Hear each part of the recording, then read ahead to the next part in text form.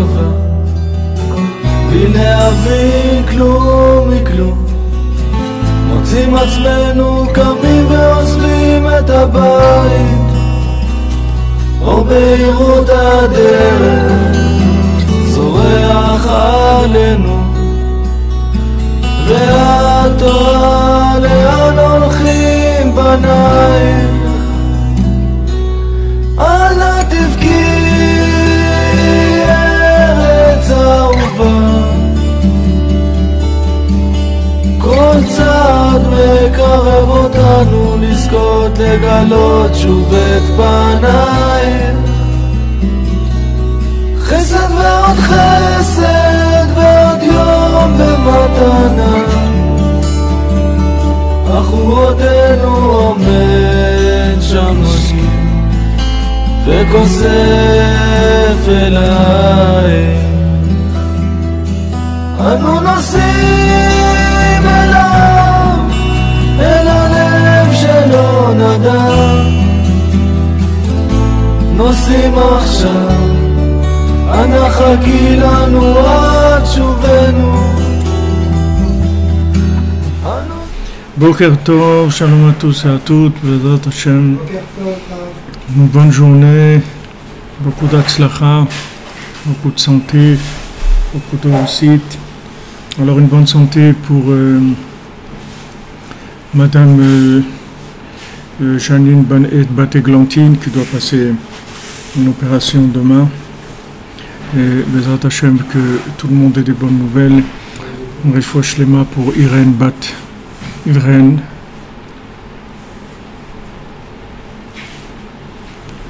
Voilà, on est dans le plein début de l'année, Bezrat Hashem, donc on a commencé notre Torah 52 qui va amener beaucoup d'yeshuot, beaucoup de délivrance pour tout le monde. Alors on était arrivé hier sur le fait que maintenant le monde est Mechuyav HaMetziut, c'est-à-dire comment le monde est devenu aujourd'hui une obligation, à l'obligation d'exister. Et pourquoi? Parce que du moment où il y a eu des âmes qui sont venues dans le monde et qui sont une structure pour pouvoir révéler Hachem dans ce monde, donc elles entraînent que le monde devient Mechuyav HaMetziut. Arivosh Lema pour Irène Bat Rachel. Le monde devient Mechuyav HaMetziut, c'est-à-dire qu'il y a une obligation que le monde existe. Alors Rabbeinu dit V'ikar hakavana shebara kol ha'olam b'shvil Israël, adak Israël ya'asu retzono. Maintenant, quelle est la raison pour laquelle Akadosh Baruch Hu a créé le monde pour Israël? C'est pour que l'âme Israël il fasse la volonté d'Hachem. C'est-à-dire que l'âme Israël il s'occupe de révéler Hachem par son comportement, que chacun de ses actes, ça soit dans cet objectif-là, de révéler Hachem. Il faut Hachlema pour Marie-Claire, Bat Marie-Claire. C'est-à-dire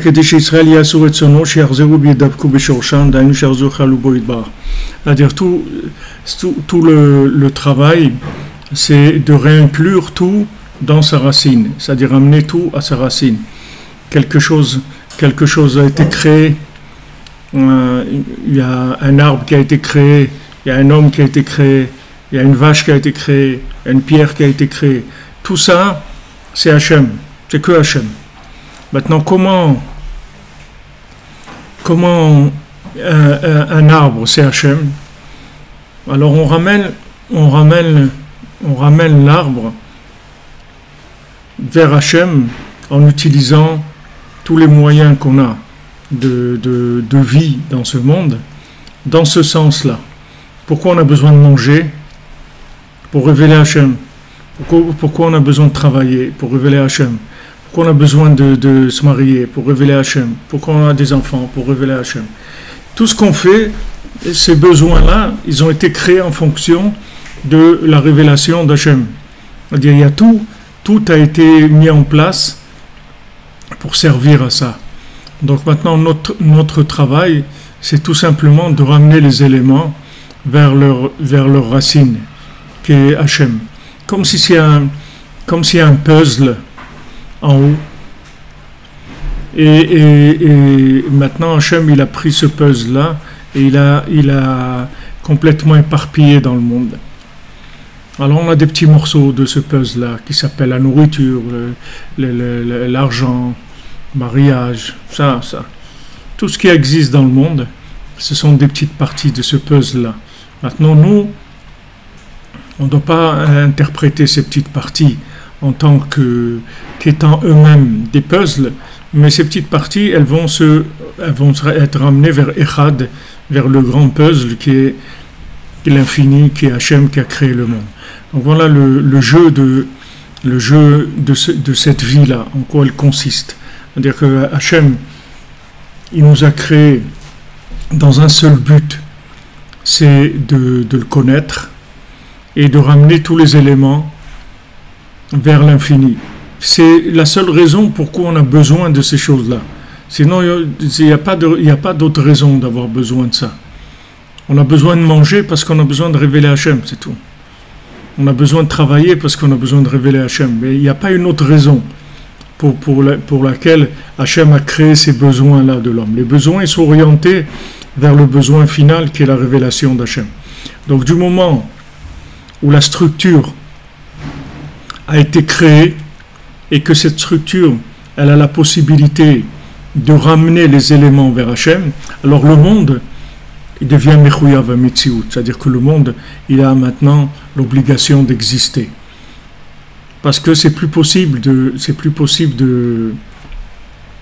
d'ignorer cette chose-là, puisque Hachem, il a été en avant, c'est-à-dire qu'il a mis des éléments qui sont en fait ces âmes-là, ce sont des parties d'Hachem lui-même, qu'il a libérées, qu'il a amenées dans ce monde pour qu'elles se réincluent en lui avec tout ce qu'elles vont toucher, tout ce qu'elles vont fréquenter, tout ce qu'elles vont utiliser dans ce monde, elles vont tout réinclure vers l'infini. Dans quel but? Dans le but de le connaître plus que s'il n'y avait pas eu cette opération-là qui avait été faite. Donc maintenant, le seul but pour lequel Hachem il a donné au Ham Israël toutes ces possibilités-là dans le monde, c'est pour qu'il révèle la conscience d'Hachem, qu'il explique au monde que voilà, il y a un Dieu et que ce Dieu, il Moshel, c'est lui le patron et c'est lui qui a créé tous ces éléments-là. Et il ne faut pas se tromper, il ne faut pas se laisser avoir par les apparences, mais il n'y a aucun élément dans le monde qui est indépendant. Si on croit que quelque chose est indépendant, en fait c'est imaginaire, c'est complètement imaginaire. Il n'y a rien qui est indépendant. La seule chose qui permet de croire que c'est indépendant, c'est justement parce que on doit connecter cette chose-là à l'infini. Donc il y a un moment où cette chose-là, elle apparaît non connectée. Donc maintenant c'est tout, c'est uniquement pour ça. C'est parce que s'il n'y avait pas cette possibilité-là de choix, alors il n'y a rien à faire, ce monde n'existerait pas. Donc du moment où on doit utiliser la chose avec son bon fonctionnement, et qu'on a la possibilité de se tromper, d'imaginer que cette partie du puzzle, en fait, c'est un puzzle en soi, alors c'est ça qui va permettre de gagner le jeu. C'est ça qui rend la partie intéressante, sinon il n'y a rien à faire ici. Il n'y a rien du tout. Venir dans un monde ici, pourquoi? Pour manger et dormir, et gagner de l'argent, et avoir quelques moments de plaisir, et après tomber malade, et aller à l'hôpital, et crever, et aller dans une tombe. C'est quoi? C'est complètement idiot. C'est pas pensable que le monde il existe pour ça. Alors du moment où maintenant on est en rapport avec des choses, toutes les choses avec lesquelles on est en rapport, ça n'a qu'un seul but, c'est de les réinclure dans Hachem, c'est tout. tout ce qu'on vit, tout ce qu'on entend, tout ce qu'on voit, partout là où on est passé dans notre vie, n'importe où, il y a des gens qui sont passés dans leur vie par des souffrances, par des choses terribles. Et tout ça, c'est pour juste réinclure ces éléments-là dans Hachem, c'est tout. Alors du moment où ces éléments, ils se sont séparés du grand puzzle, que les petits morceaux se sont séparés du grand puzzle, le monde il est devenu Mechouyav HaMetziut. C'est-à-dire le monde, il a l'obligation d'exister. Et comme on demandait quelqu'un, il dit ça veut dire que Hachem il est obligé de continuer. Oui, Hachem aujourd'hui il est obligé de continuer. Il est obligé d'amener l'affaire au bout. Il est obligé de faire en sorte que tout le monde va le reconnaître. Avec plus ou moins de degrés de libre arbitre, puisque maintenant, si en fin de compte, Hachem il voit en fin de compte qu'il y a des traînards, des retardataires et qu'ils n'arrivent pas du tout de par eux-mêmes à faire le pas, donc Hachem il va aider à ce que le pas soit fait, même s'il faut financer à 99,99%, il va le faire. Comme des fois des entreprises, il y a des entreprises qui ne peuvent pas faire faillite. Par exemple, si vous prenez, je sais pas, la SNCF, elle ne peut pas faire faillite, sinon les gens ne peuvent plus voyager. Donc ce n'est pas une entreprise qui peut faire faillite. Donc c'est pour ça qu'il y a toujours des problèmes de gestion, des trucs et tout, parce que les gens ils savent que de toute façon ça ne peut pas fermer. Mais si l'État il voit qu'il y a trop de problèmes, je ne sais pas aujourd'hui comment c'est la SNCF, mais alors l'État il la rachète, c'est tout. Ou il met de l'argent, ou des trucs, mais en tout cas elle ne peut pas faire faillite parce que le pays il a besoin de voyager. Ça c'est une obligation. Donc cette société, c'est une société de service. Ce service-là, on ne peut pas s'en passer. Donc l'État, il est obligé de combler les déficits. Voilà, c'est exactement la même chose. C'est-à-dire qu'en fin de compte, Hachem, il comblera les déficits. C'est-à-dire que si maintenant quelqu'un il est déficitaire complètement, Hachem, il va combler le déficit. C'est-à-dire qu'il va l'obliger, en fait, à faire les bons choix. Il va l'amener à faire les bons choix, qu'il veuille ou qu'il veuille pas, ça change rien. Maintenant, tant que tu peux vouloir un petit peu, c'est extraordinaire, parce que ça te permet d'avoir vraiment quelque chose de grand, de très grand. Et moins il y a de gens qui sont branchés, moins de gens qui sont connectés, et plus le peu de gens qui sont connectés, ils ont du mérite parce qu'ils vont à contre-courant du monde, et donc ils ont beaucoup de mérite de pouvoir faire ça. En tout cas, l'affaire, elle peut pas faire faillite, impossible. Donc tout le monde va être amené à ça. Quand Rabbi Nachman dit j'ai terminé, ça veut dire c'est terminé, c'est tout. Alors des gens ils se posent des questions. Ils disent, ouais, mais pourquoi ne te pose pas de questions, c'est terminé déjà. Ouais, mais pourquoi l'Iran, et pourquoi celui-là, et pourquoi l'autre, et pourquoi l'Europe, et pourquoi Macron, et pourquoi ça. Il n'y a pas besoin de te poser de questions, c'est déjà terminé. Tout est déjà terminé. Terminé, ça veut dire tout est réparé déjà. Maintenant, on laisse juste aux gens une participation individuelle, comme si l'État... pour rester dans l'exemple de la SNCF, comme si l'État il vend des actions de la SNCF au peuple. Il dit voilà, celui qui va avoir le mérite d'acheter des actions dans la SNCF, alors il peut. Mais c'est pas ça qui va jouer que la SNCF va faire faillite ou pas. Tu achètes des actions ou tu n'achètes pas, ça ne change rien du tout. La chose elle est déjà réglée. Maintenant, tu veux participer, on te donne la possibilité de participer si tu veux. La DG terminée, c'est aussi pour chacun d'entre nous, ou nous on a un travail à faire aussi. C'est globalement, il a dit Gamarti. Non, c'est sûr, c'est global et individuel. Tout est terminé, même individuellement. Même individuellement, tout est terminé. C'est que prendre des srouillettes en plus. C'est uniquement pour que tu puisses utiliser ton libre arbitre. Mais plus on va vers la fin, celui qui a voulu jouer l'étranger, qui dit ah non moi j'ai rien à voir avec ces idées là, comprenez, moi On est là, il faut faire ce qu'il y a à faire, puis c'est tout, hein, tous ces trucs-là, et toute la foi, tout ça, bon, c'est pas, ça c'est bon pour des gens qui ont échoué dans leur vie, qui ont rien à faire et tout. Moi j'ai du boulot, j'ai des trucs. Ok, celui qui veut faire ça, il va arriver un moment, même s'il se réveille un petit peu, ça servira à rien. Parce que la conscience messianique, c'est pas une conscience qui va venir d'une seconde à l'autre. C'est une conscience qui est là déjà. Quand elle a commencé à venir dans le monde à la sortie d'Égypte, doucement, doucement, doucement, mais elle est là. C'est comme la naissance d'un individu. Un individu, quand il naît, alors il descend très loin de son âme, c'est-à-dire il vient dans ce monde et l'âme elle reste en haut et lui descend très bas. Il y a une très grande distance entre l'âme et le bébé qui vient de naître.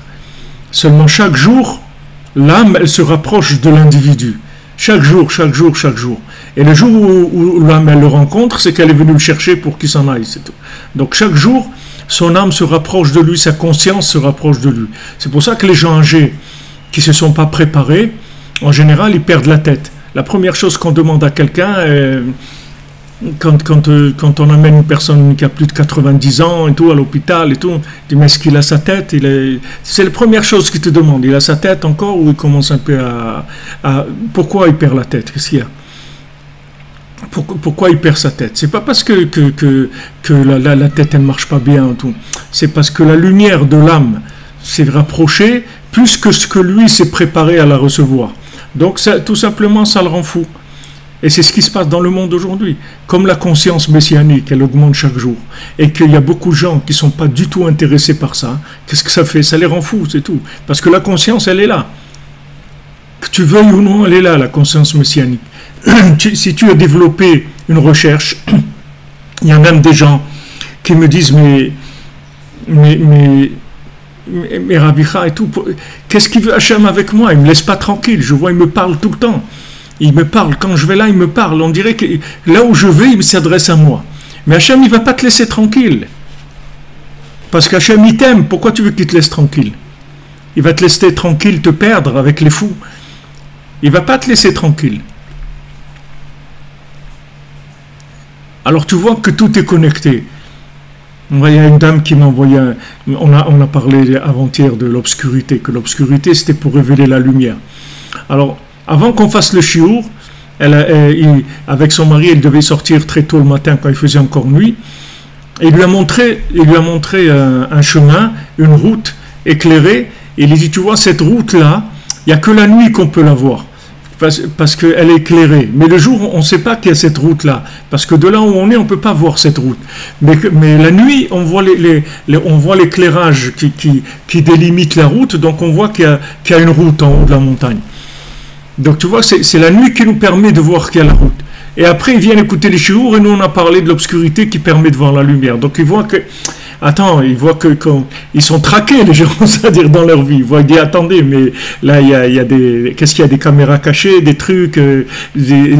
on peut plus rien faire. D'ailleurs, même dans le monde aujourd'hui, il y a des caméras cachées partout. Les gens, ils peuvent rien faire. Le gars, il fait quelque chose, et tout de suite, il a été filmé, tout de suite, il y a une caméra là, il y a des je crois qu'au Japon, en Chine, je crois que c'est en Chine, ils ont de 500 millions, je ne sais pas combien de caméras, et ils sont en train de faire des programmes et de rajouter des millions et millions de caméras, de manière avec ils mettent les informations des visages et tout, et si quelqu'un il fait quelque chose il traverse par exemple quand il ne faut pas traverser, il y a un écran immense, et tout de suite sa photo elle s'affiche avec son nom, il dit voilà celui-là il vient de traverser alors qu'il a fait une faute, c'est-à-dire tu peux pas bouger, il n'y a pas de truc on t'a pas vu. Mais pourquoi Hachem il amène ça? Il amène ça. C'est juste pour développer les récipients, pour que les gens ils s'habituent à vivre avec des caméras cachées, avec des radars pour la vitesse, avec tout ça, ça rentre, ça habitue la tête à fonctionner avec ça. À fonctionner. Et il y a de moins en moins d'éléments extérieurs qui permettent de créer des fausses interprétations, c'est-à-dire on va aller de plus en plus vers le fonctionnement avec empreinte digitale, avec l'iris, avec les trucs, pour arriver directement à l'individu, pour que l'individu soit confronté directement à la chose, sans passer par une carte, un code, un truc, rien, lui-même, comme il est. Lui, c'est ce qu'il est. Tous ces éléments-là qu'il y a dans le monde, Hachem il prépare uniquement la conscience messianique, c'est tout. Une fois que quelqu'un il comprend qu'il y a des milliards de caméras cachées dans le monde, c'est facile pour lui de comprendre qu'il y a encore une caméra plus grande que toutes ces caméras, c'est que Hachem, voilà, il est avec lui. Voilà, il lui fait vivre quelque chose. Après, il étudie, il entend cette chose-là. Il voit que la Torah, elle fait vivre, c'est elle qui fait bouger la vie, c'est elle qui articule la vie de chacun. Donc quand Rabbi Nachman dit c'est terminé, ça veut dire c'est terminé, c'est tout. C'est terminé dans ce sens-là, c'est-à-dire que c'est impossible que ça ne marche pas. C'est impossible qu'il va y avoir quelqu'un qui va pouvoir échapper à la réparation. Impossible. Impossible. Pourquoi ? Parce que Rabbi Nachman, il est venu avec la conscience. Il a découvert la conscience de la miséricorde totale. Donc il n'y a personne qui va dire mais moi je peux rien faire, ou j'ai pas fait, ou j'ai fait des choses pas bien. Tous ces éléments-là, ils sont plus éliminatoires. Donc tout le monde va être inclus. Alors la conscience, elle augmente chaque jour. Celui qui ne développe pas la recherche de la conscience, tout simplement, il devient fou, c'est tout. Chaque jour que la conscience messianique augmente, les gens ils deviennent fous. Chaque jour. Ça rend fou, parce qu'il n'y a pas de récipient. Il n'y a pas de récipient. Comme des fois des gens, ils ont une réussite spontanée dans leur vie, ils gagnent au loto ou un truc comme ça, et ça leur fait perdre la tête, parce qu'ils n'ont pas où mettre cette lumière-là. Ça leur fait peur, ça les affole, il y a des gens, non, ils ne peuvent pas. Il y a des gens de la campagne, ils vont en ville, ils sont complètement affolés, ils retournent chez eux, ils ne peuvent pas. Ils voient tellement de voitures, de mouvements, de trucs et tout, ils ne peuvent pas. Et ils préfèrent rester dans sa campagne. Il a la vache, le truc, le bistrot du coin, et le truc, et c'est tout. Il n'y a pas Mais là, ça rend fou, c'est énorme. Donc la conscience messianique, elle se rapproche tous les jours. Qu'on veuille ou non, ça ne change rien du tout. Mais si on veut, c'est mieux pour nous, c'est tout. Et si on ne veut pas, tant pis. On va nous inclure quand même. Parce qu'il n'y a plus besoin de notre participation. Mais si on veut participer, on nous laisse. Les actions sont ouvertes. Tu peux acheter des actions. Tu veux pas de problème. L'affaire, elle va marcher quand même. Elle ira. Donc c'est ce qu'il dit Rabbeinu ici.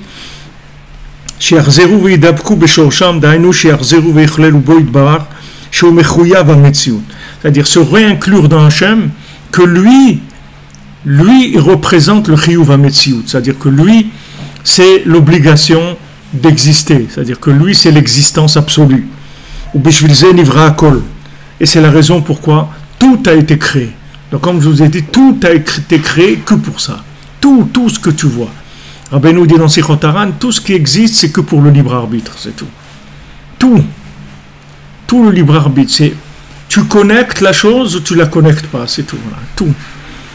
Tu as connecté, tu es devenu un participant, tu as acheté des actions dans la SNCF, c'est tout. Parce qu'on a voulu te faire, on veut te faire ce cadeau-là. Et il faut acheter, parce qu'aujourd'hui, elles sont bratées, les actions. Aujourd'hui, les actions, elles ne sont pas chères du tout. Une action que tu achètes aujourd'hui, il y a 100 ans, elle coûtait 10 000, 100 000 fois plus. Il fallait 100 000 fois plus d'efforts pour avoir une action comme ça. Aujourd'hui, très facilement, tu te retiens de parler une fois quelque chose pas bien, tu regardes pas quelque chose pas bien, tu t'énerves pas, tu mens pas, tu triches pas, un tout petit truc, à un moment, une toute petite action, d'une seconde, tu as ramassé une action énorme. T'as ramassé une action énorme. Avant, elle coûtait beaucoup plus cher. Plus ça va aller, moins les actions, elles vont coûter cher. Parce que c'est la fin, c'est tout. C'est la fin.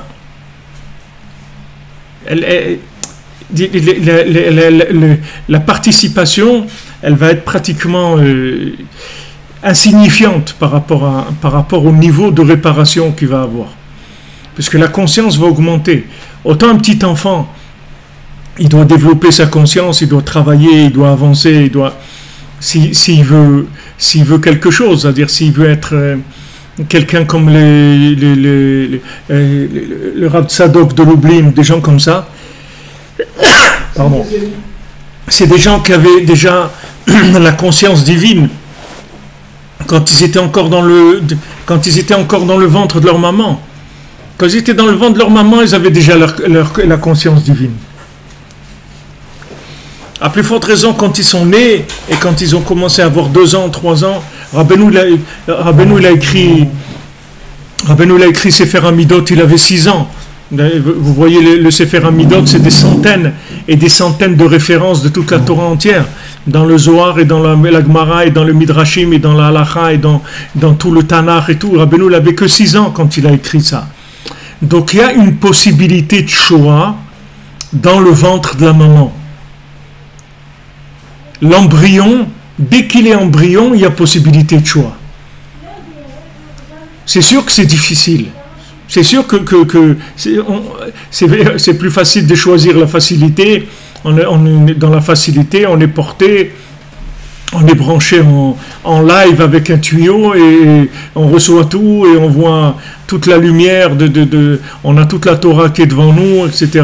D'avoir une participation à ce moment-là personnelle, c'est sûr que c'est difficile, mais le libre arbitre existe.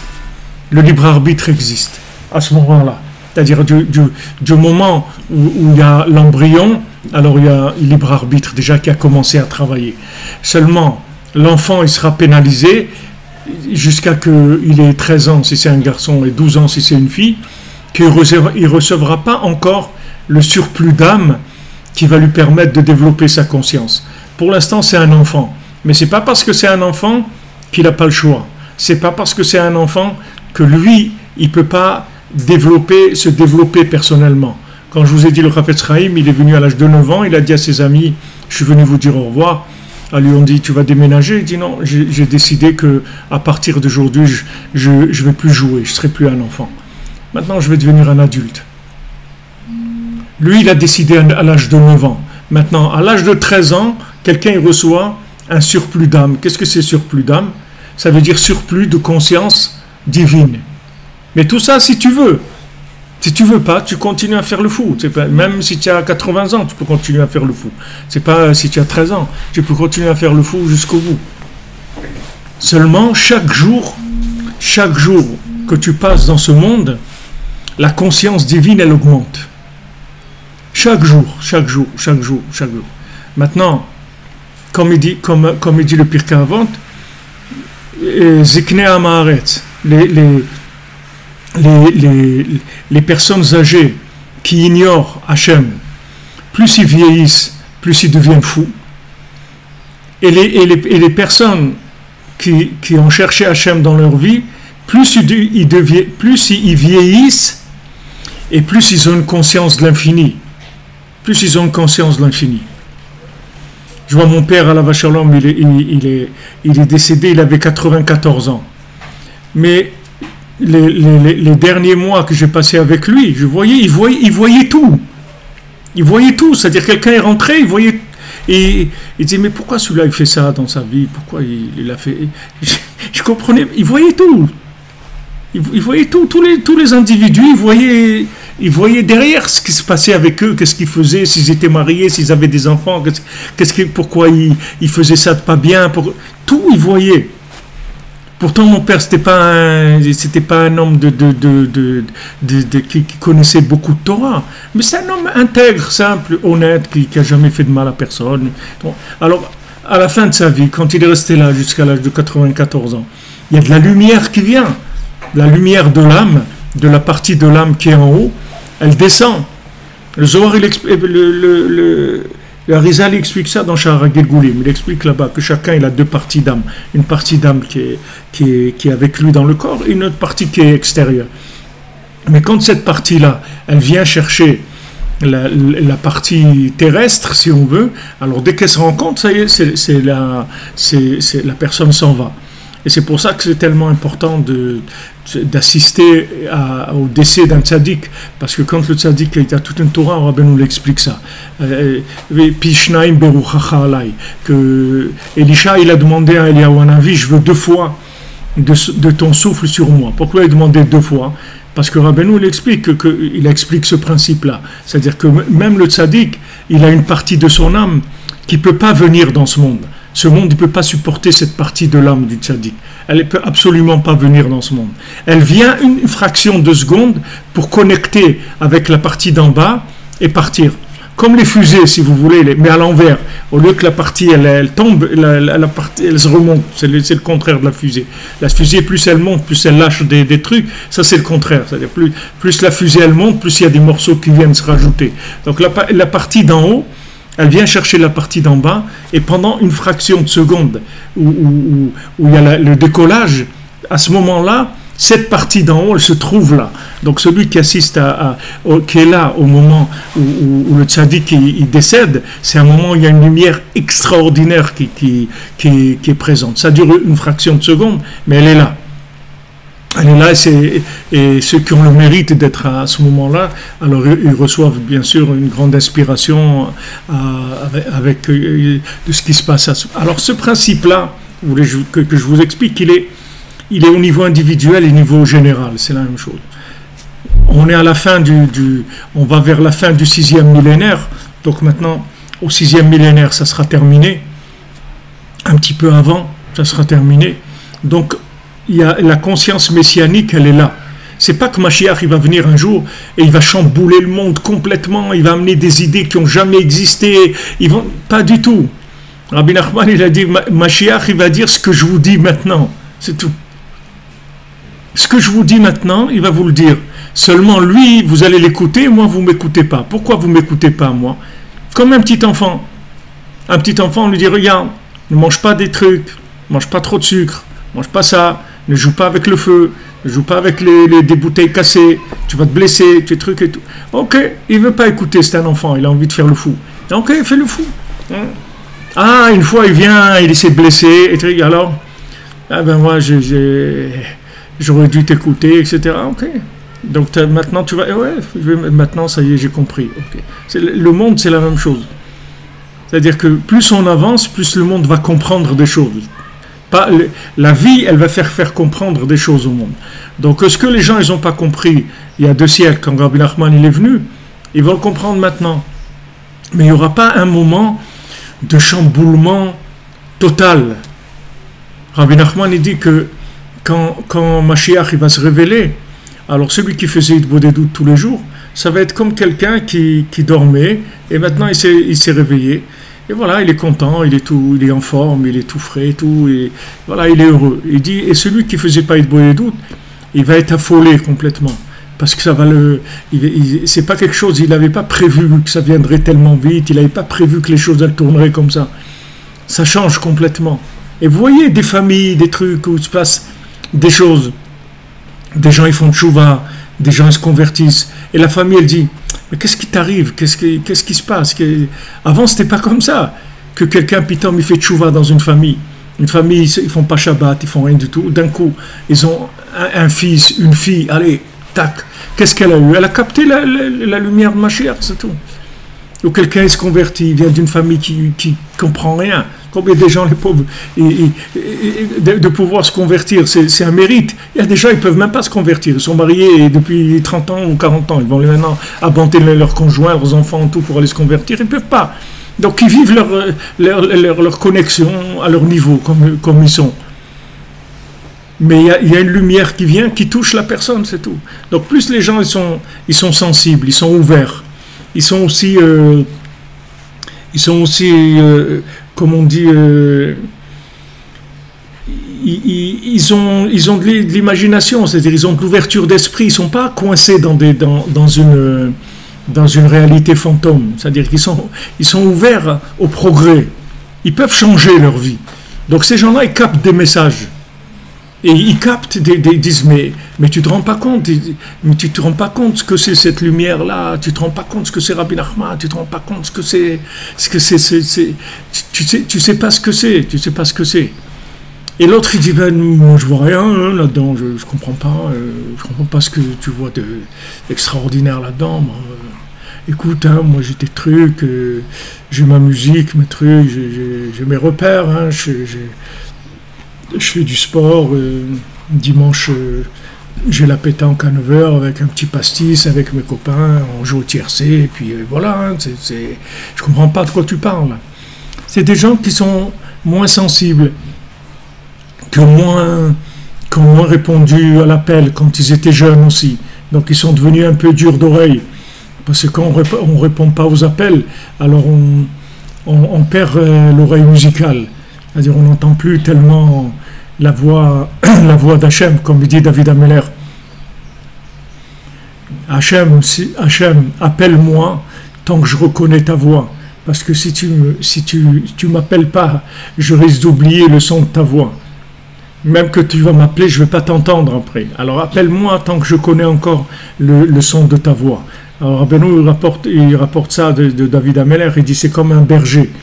Un berger, il a ses moutons, et des fois il y a un mouton qui se sauve, qui part. Alors le berger il appelle, il dit reviens, un truc et tout. Et le mouton il s'éloigne. Et il y a un moment où le berger il se dit ça sert plus à rien que je l'appelle parce que là où il est il m'entend plus. Et les moutons aussi voient qu'il est tellement perdu qu'il a plus du tout l'espoir qu'il va revenir. Alors David Ameller demande à Hachem, Bakesh Avdecha, cherche-moi tant que j'ai encore l'oreille musicale, parce que si je perds l'oreille musicale, on va être dans le pétrin tous les deux, on va être vraiment embêtés. Donc appelle-moi tant que je reconnais encore. Alors tu vois qu'il y a des gens qui viennent du monde des ténèbres, ils sortent de l'obscurité complètement, et ils ont entendu, c'est tout. Et ils ont dit allez, on y va, c'est tout. Et il y a d'autres qui sont plus durs d'oreilles. Donc le son, il va être, ils attendent de passer à un autre volume sonore. Mais le volume sonore, il va augmenter tous les jours. Le volume sonore, il va augmenter jusqu'à ce que ça soit tellement fort que les gens ils pourront plus supporter, ils seront obligés d'aller vers cet appel-là. Ils pourront plus supporter l'appel. Mais bien sûr, moins il y a de participation, plus augmente le volume, et moins il y a moins d'actions achetées, c'est-à-dire il y a moins de mérite, puisque il y a celui qui a répondu avec un volume qui était très faible, celui un volume moyen, et quand le volume va être tellement fort qu'il n'y a plus personne qui peut ne pas l'entendre, donc c'est sûr qu'à ce moment-là, il y a beaucoup moins de mérite. Mais comme de toute façon, Hachem ne va pas faire faillite, donc c'est sûr que le monde va être réparé, donc on y va tranquillement. Et la seule raison pour laquelle on attend, c'est uniquement pour ramasser des retsonantes, pour ramasser des vouloirs des gens. Le moindre petit vouloir. Et on cherche le moindre petit vouloir de bien, le moindre vouloir d'amour, de shalom, de tout le bien, tout le moindre petite parcelle de bien qui peut exister dans le monde, on la cherche. Une fois qu'on verra que les gens, ils n'ont plus la possibilité de faire quelque chose de bien, de par eux-mêmes, alors on va sonner la fanfare. Alors ça va commencer. Ça va commencer et Mashiach il va se révéler. Mais pour les gens qui sont connectés, ça ne va pas changer grand-chose. Ça ne va pas changer grand-chose. Ça ne va pas être, comme on dit, waouh. Ça ne va pas être waouh. C'est une continuité des choses. Ça ne va pas être le grand étonnement, waouh, truc incroyable, les trucs et tout. Ça, c'est pour les gens qui n'étaient pas branchés. Mais les gens qui étaient branchés, c'est une continuité, c'est tout. Bien sûr, ils vont avoir une conscience qui va être beaucoup plus grande et donc ils vont être débarrassés de toute la bêtise qu'il peut y avoir dans le cœur et dans le cerveau. Mais, je veux dire, sur le côté bien, mais il n'y aura pas de quelque chose de spécialement nouveau et chamboulement total, et complètement déboussolé, tout ça. Tout ça, c'est pour les gens qui ne connaissaient pas la vérité. Alors ces gens-là, ils vont être déboussolés. Mais les autres, non, c'est une continuité, juste une augmentation de la conscience, comme de toute façon elle se fait tous les jours quand on est dans ce monde. La même chose que notre corps, il se développe chaque jour. Notre âme aussi, elle reçoit de la lumière. Chaque jour, jusqu'à la fin.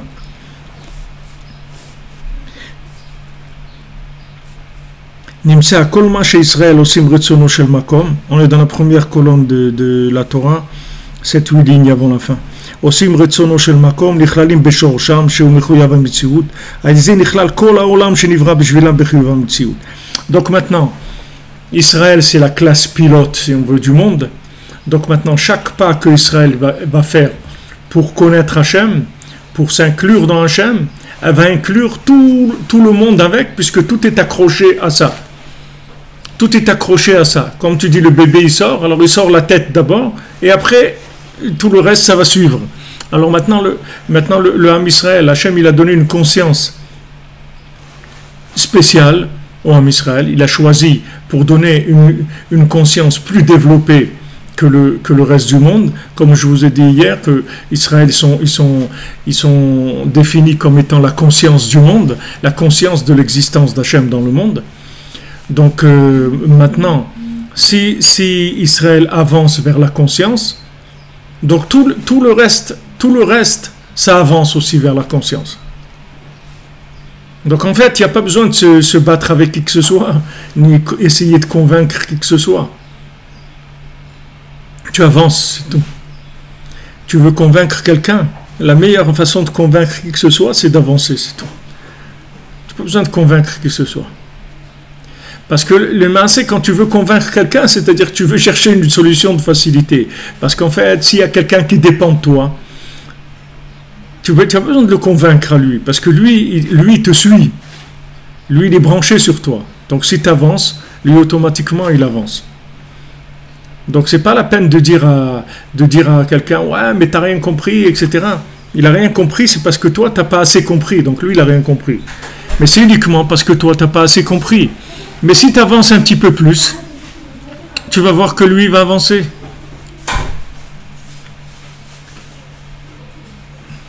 Donc il n'y a pas cette attitude, si tu veux, d'essayer de convaincre qui que ce soit, d'utiliser la moindre agressivité ou d'avoir des arguments convaincants. Tu vas avoir des arguments convaincants. Sois toi plus convaincu, c'est tout.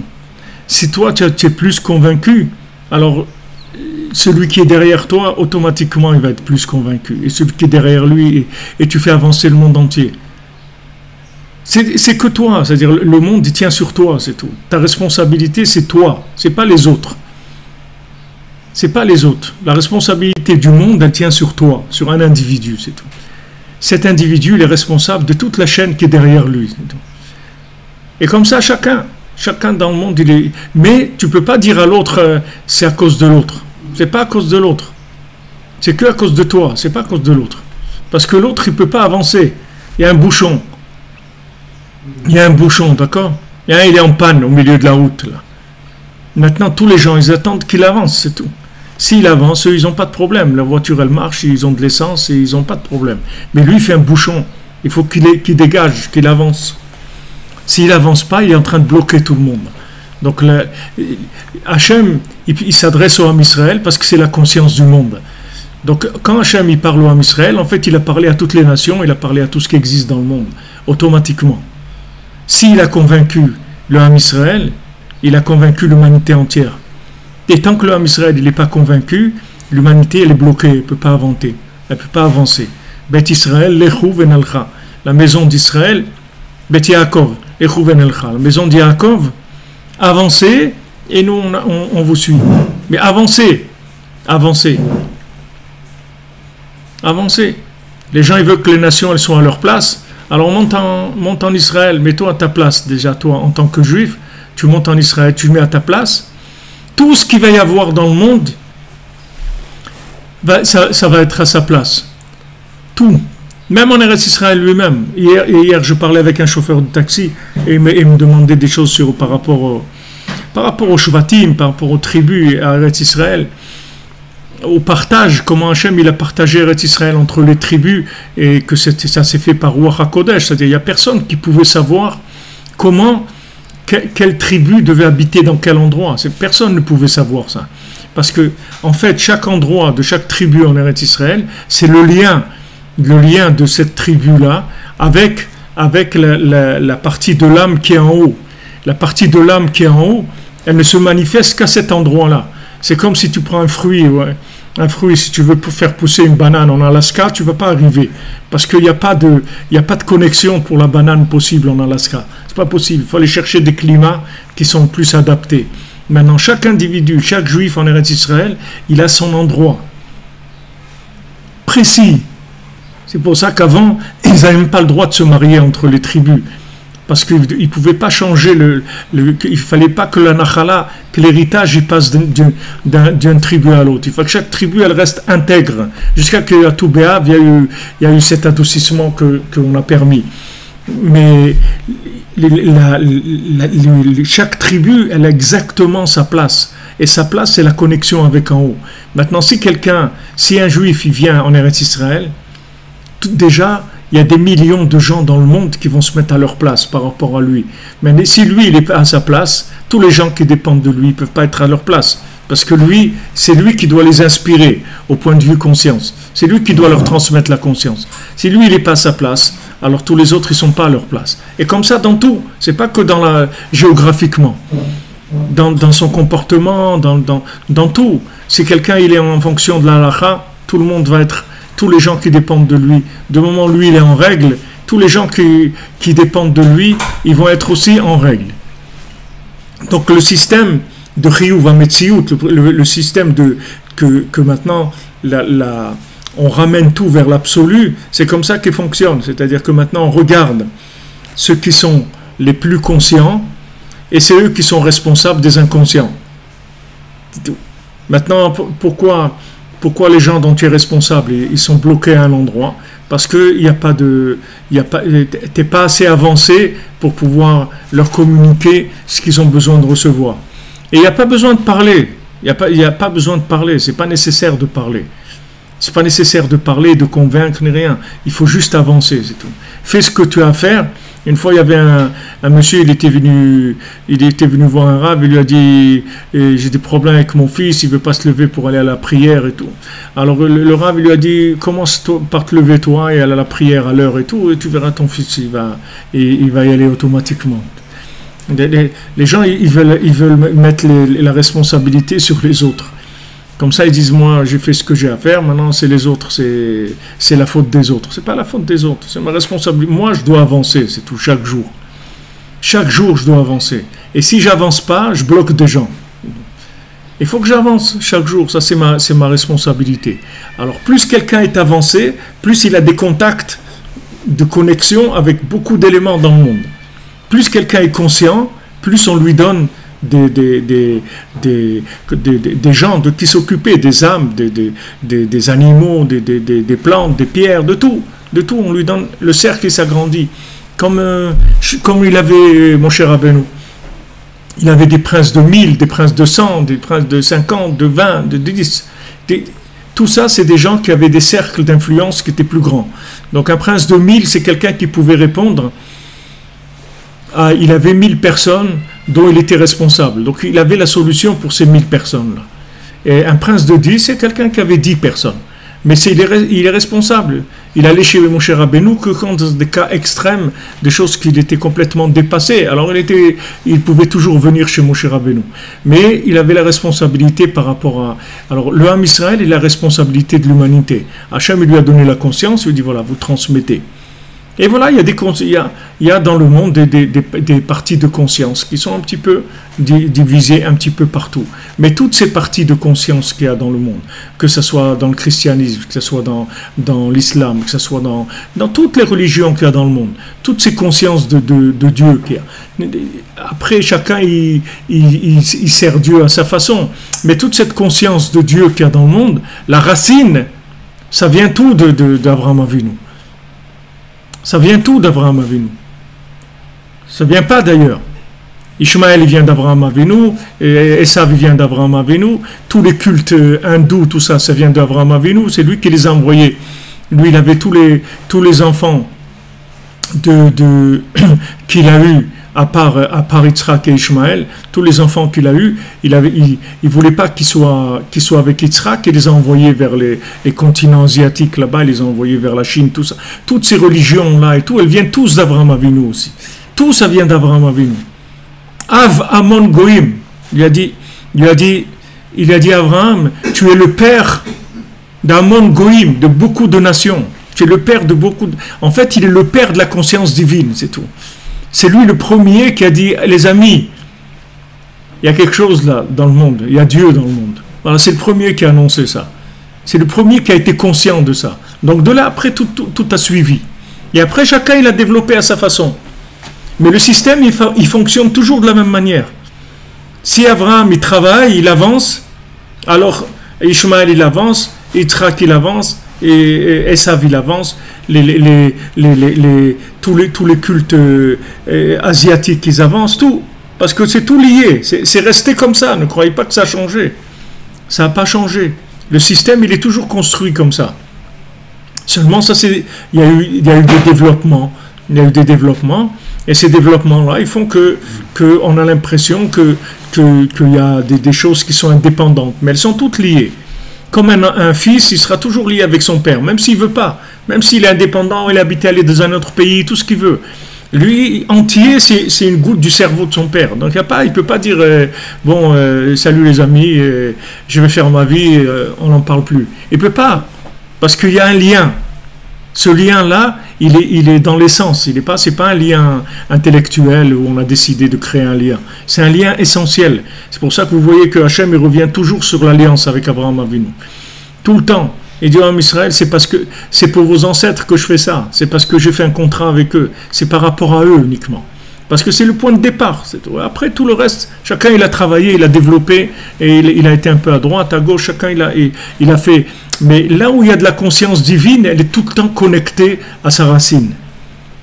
Il y a un lien véritable. C'est pas quelque chose. Il n'y a aucune religion qui est indépendante du judaïsme. Ça n'existe pas. Toutes les religions, elles sont dépendantes du judaïsme. Et le judaïsme, c'est une conscience innée. C'est pas une conscience qui a été choisie. Quelqu'un qui naît juif, il n'a pas choisi d'être juif. C'est une conscience innée. Et cette conscience-là lui donne la responsabilité de transmettre. Il doit la développer. Lui-même, d'abord, il ne doit pas être un fou. Il doit être conscient de ce qu'il est. Il ne doit pas faire le fou. Il doit être conscient de ce qu'il est, c'est prendre ses responsabilités et transmettre. C'est tout ce qu'on lui demande. C'est ce qu'il dit ici que שנברא בשבילם בחיוב המציאות כי עיקר התכלית שנברא העולם הוא בשביל זה ורק בשביל זה מחויב השם יתברך כביכול לברוא ולקיים כל העולמות בשביל ישראל. Et c'est uniquement pour ça que Hachem il est obligé de maintenir tous les mondes pour que l'âme Israël continue à travailler, à développer sa conscience. Pour que le monde entier fasse la volonté d'Hachem, que l'âme Israël il fasse la volonté d'Hachem et que le monde entier il fasse la volonté d'Hachem. C'est pour ça que précisément à ce moment-là, quand on fait la volonté d'Hachem, à ce moment-là, le monde il s'inclut dans l'absolu. C'est-à-dire il doit absolument exister. Il existe de façon absolue. Chaque fois que je fais un choix d'inclure la chose dans Hachem, la situation dans Hachem, à me référencer à Hachem, à dire qu'est-ce qu'Hachem il attend de moi dans cette situation. Je me trouve dans une situation, voilà, maintenant j'ai soif, je dois boire un verre d'eau, qu'est-ce qu'Hachem il veut de moi? Il veut que je fasse la bénédiction. Alors je fais la bénédiction, voilà. Quand je fais ça, j'ai inclus cette partie du monde dans l'absolu. C'est-à-dire cette partie du monde qui représente cette action-là, elle va être éternelle. Elle a été éternisée, elle est rentrée dans l'infini. Et comme ça toute la journée. Tout ce que je pense, que je vois, que je fais, que je mange, je brasse, je touche, je truc, tout c'est comme ça. Si je l'inclus dans l'infini, cette partie-là, elle s'éternise. Et si je ne l'inclus pas dans l'infini, alors cette partie-là, elle reste en stand-by. jusqu'à la fin, on viendra ramasser tous les retardataires et tout ce qui restait aux objets trouvés et dans les trucs les consignes des gares et dans les consignes des aéroports et dans les trucs, on va ramasser tous ces bagages-là et on va les inclure. Mais tant que maintenant, il n'y a pas eu rassemblement général, on peut faire des affaires et toute la journée essayer d'inclure des choses dans l'infini. Parce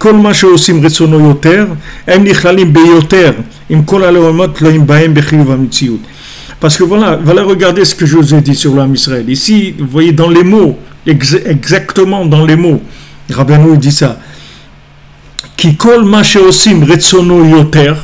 Parce que plus le Ham Israël il fait la volonté d'Hachem, plus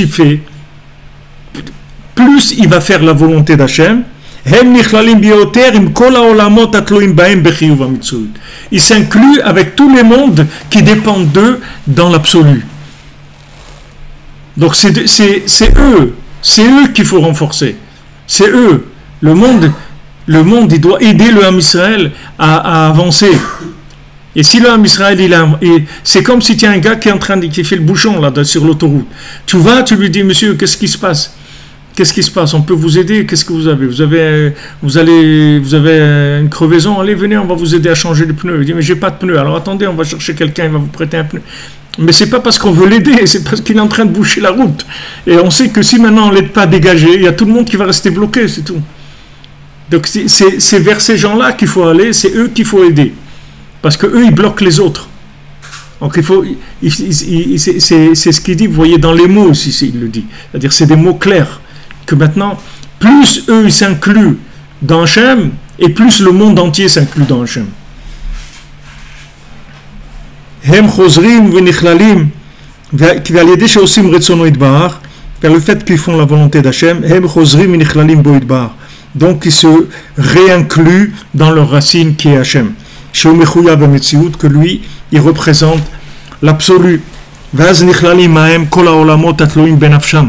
Et à ce moment-là, tous les mondes qui dépendent de leurs âmes, ils seraient inclus dans Hachem, dans Chiyuv HaMetziut. Alors maintenant, Rabbeinu, il nous a, jusqu'à maintenant, c'est la première partie qu'on a, c'est le principe, c'est-à-dire Rabbeinu nous a expliqué comment elles marchent les choses, comment ça marche, la pyramide du monde, comment elle marche la pyramide, comment le monde est construit, qu'est-ce qu'on doit faire pour que le monde soit réparé, si le monde s'inclut dans l'infini. Donc il a présenté tout techniquement tout comment fonctionne. Maintenant, il va nous dire comment on arrive à ça. Comment on arrive à s'inclure dans l'infini. Comment on arrive à inclure notre vie dans l'infini. Comment nous, des individus, dans un corps, on peut s'inclure dans l'infini. Comment on peut faire? Comment on a la possibilité, nous, de nous réinclure dans l'infini? Alors, ce qu'il dit ici, Rabbeinu, d'avoir ce mérite-là, de se réinclure dans sa racine,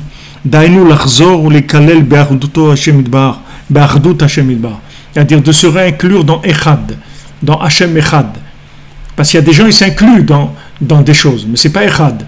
Il y a des gens qui s'incluent dans le dieu de l'argent, dans le dieu de ça, dans le dieu de la... Il y a beaucoup de dieux dans lesquels les gens s'incluent. Mais pas Echad, Hachem Echad, c'est-à-dire le Dieu. Comme le dit Anaël, il n'y a pas le dieu de l'argent, le dieu de la santé, le dieu de ça, le dieu de ça. Le dieu des vents, le dieu du soleil. Il y a un seul Dieu, c'est tout. Tout est dans Echad. Il n'y a pas d'autre forme de culte. Il n'y a que Echad, c'est tout. Hachem Echad, c'est tout. Il n'y a pas d'autre.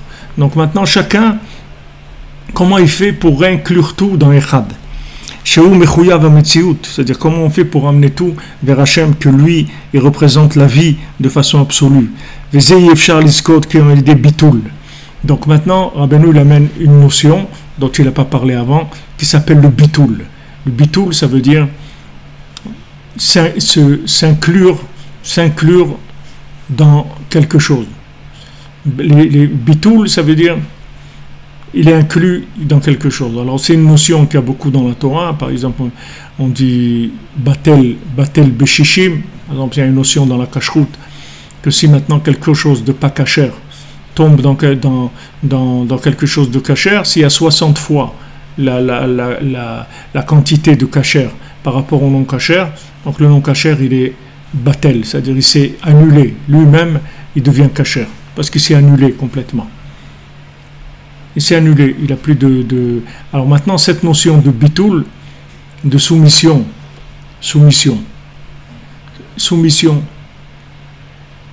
si tu veux avancer, si tu veux que celui qui est devant toi il te tire, il faut que tu te soumettes. Si tu ne te soumets pas, il ne peut pas te tirer. C'est ta participation. Tu as quelqu'un devant et tu as quelqu'un derrière. Celui qui est derrière, tu dois l'aimer, tu dois faire le maximum pour essayer de l'inspirer, de lui donner envie de se soumettre. Et celui qui est devant toi, il faut que tu te soumettes. Parce que si tu te soumets, tu t'inclus dans le niveau supérieur.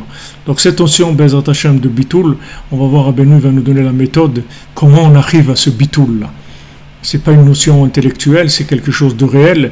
Comment on arrive à s'inclure dans l'infini, alors qu'on est dans un corps. Comment on arrive à ça, s'inclure dans l'infini alors qu'on se trouve dans le fini.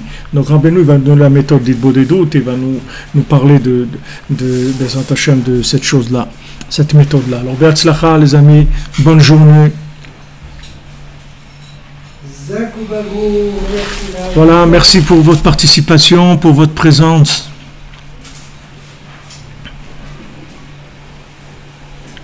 Oui, vous pouvez lire le Tikkun HaKlali pour quelqu'un, vous pouvez faire tout pour quelqu'un. Tout vous pouvez faire pour faire que quelqu'un, même si la personne elle-même, elle veut pas, même si elle le dit, mais surtout ne fais pas ça pour moi, vous pouvez faire quand même pour elle. Et ça marche. Parce que quand elle dit ne fais pas ça, c'est parce qu'il est fou, c'est ou c'est pas. Donc on ne va pas tenir compte de sa bêtise. Comme un petit enfant qui dit non, ne me prépare pas à manger, je veux plus manger, n'achète plus de manger, je veux plus que tu m'achètes à manger, plus jamais je mangerai, je veux plus que tu m'achètes à manger. Il dit d'accord, pas de problème. Et un quart d'heure après, il va aller chercher dans le frigidaire s'il n'y a pas quelque chose à grignoter. Donc ça c'est la même chose, c'est-à-dire que si quelqu'un il dit non, je veux pas et tout, faut pas écouter. Et si quelqu'un il n'est pas conscient, c'est pareil, il est endormi. Il y a celui qui dort et il y a celui qui est fou. C'est la même chose. C'est-à-dire celui qui est fou, c'est un endormi, c'est-à-dire il est réveillé, c'est un inconscient réveillé, et il y a l'inconscient endormi. Il y a l'inconscient qui marche dans la rue, c'est un fou, et il y a l'inconscient qui dort, il est en train de dormir. Donc on peut aider, on a la possibilité d'aider. Tout ce que vous avez comme capital de conscience, il peut être partagé, il peut enrichir d'autres personnes. Tous, du moment où on a un capital de conscience, c'est qu'on a des gens qui dépendent de nous. Et qui attendent tout simplement qu'on leur fasse profiter de ce capital, ou des fois ce capital il est important parce qu'on ne l'a pas assez développé, on s'est un petit peu endormi sur nos lauriers, donc il faut travailler chaque jour, il faut avoir un minimum de développement de conscience tous les jours pour pouvoir libérer le monde, Bezat Hashem. Be'atzlacha les amis, on se retrouve cette nuit à 3h pour tous ceux les participants qui veulent être avec nous, Bezat Hashem, Be'atzlacha, une bonne santé pour tout le monde, beaucoup de réussite, et sachez que la réussite des uns dépend des autres, et que chacun prie pour les autres, comme on dit, que tout celui qui prie pour l'autre, alors on le répond en premier. Si vous voulez quelque chose, alors priez pour ceux qui ne l'ont pas, et on vous le donnera, Bezat Hashem. Be'atzlacha les amis, bonne journée. Merci.